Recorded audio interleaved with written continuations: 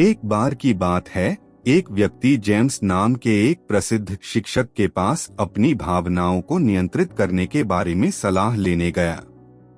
वह व्यक्ति गुस्से और हताशा से जूझ रहा था और अपनी भावनाओं को बेहतर ढंग से प्रबंधित करने का तरीका ढूंढ रहा था।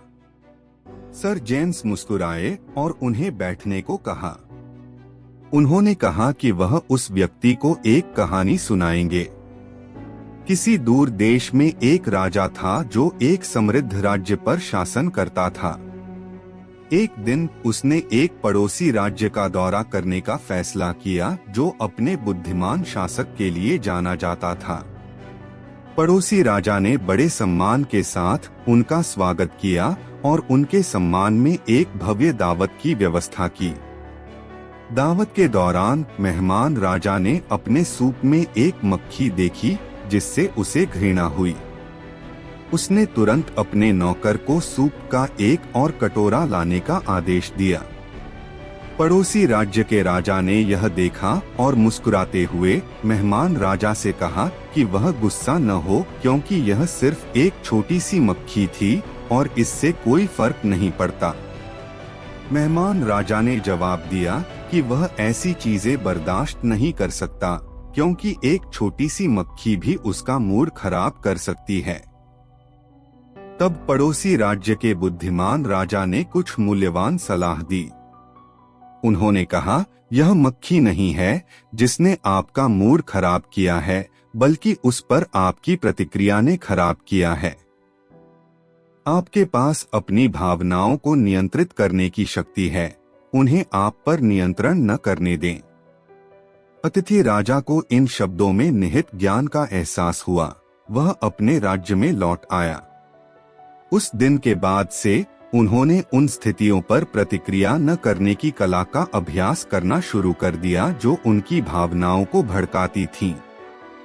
उन्होंने पाया कि वह चुनौतीपूर्ण परिस्थितियों में भी संयम बनाए रख सकते हैं और बेहतर निर्णय ले सकते हैं।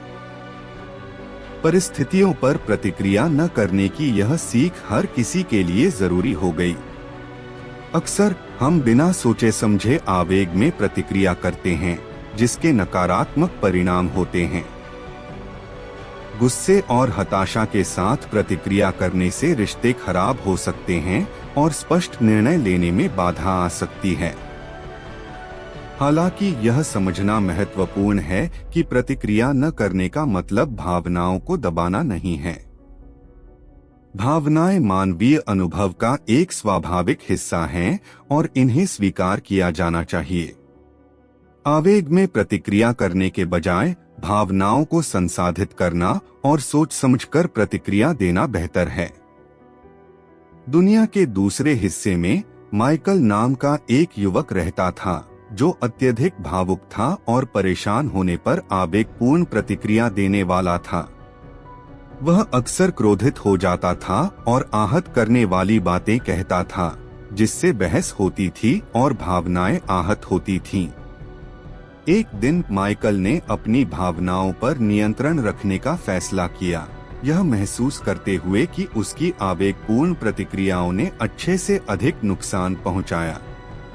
उन्होंने अपने विचारों और भावनाओं के प्रति अधिक जागरूक होने के लिए माइंडफुलनेस और ध्यान का अभ्यास करना शुरू किया। उन्होंने प्रतिक्रिया न करने की कला का भी अभ्यास करना शुरू कर दिया।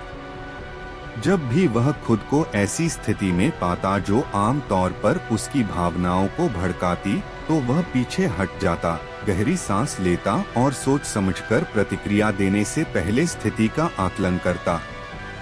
प्रारंभ में यह चुनौतीपूर्ण था, लेकिन निरंतर अभ्यास से उन्हें अपनी भावनाओं पर नियंत्रण रखना आसान हो गया। माइकल ने देखा कि दूसरों के साथ उसके संबंधों में काफी सुधार हुआ है। बहस में पड़ने और लोगों की भावनाओं को ठेस पहुंचाने के बजाय उन्होंने शांति और सोच समझकर बातचीत की और अपने रिश्तों को मजबूत किया। एक दिन एक मित्र ने माइकल की शांत रहने की क्षमता से प्रभावित होकर उससे सलाह मांगी।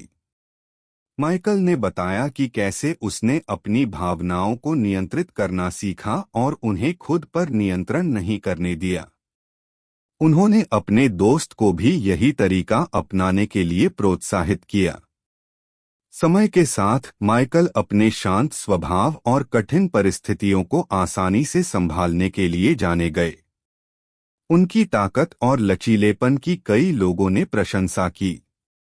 उन्होंने सचेतनता और प्रतिक्रिया न करने की कला का अभ्यास जारी रखा, जिससे उन्हें आंतरिक शांति और खुशी मिली। इन कहानियों की सीख यह सिखाती है कि हमारे पास अपनी भावनाओं को नियंत्रित करने की शक्ति है। हालांकि हम हमेशा बाहरी घटनाओं को नियंत्रित नहीं कर सकते, हम उन पर अपनी प्रतिक्रियाओं को नियंत्रित कर सकते हैं। सचेतनता का अभ्यास करने और आवेग में प्रतिक्रिया न करने से हमें रिश्तों को बेहतर बनाने, बेहतर निर्णय लेने और अधिक संतुष्टिपूर्ण जीवन जीने में मदद मिल सकती है।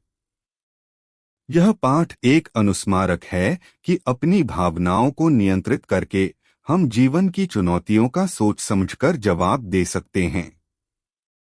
आइए हम अपने जीवन को बेहतर बनाने के लिए इस मूल्यवान कौशल को विकसित करें।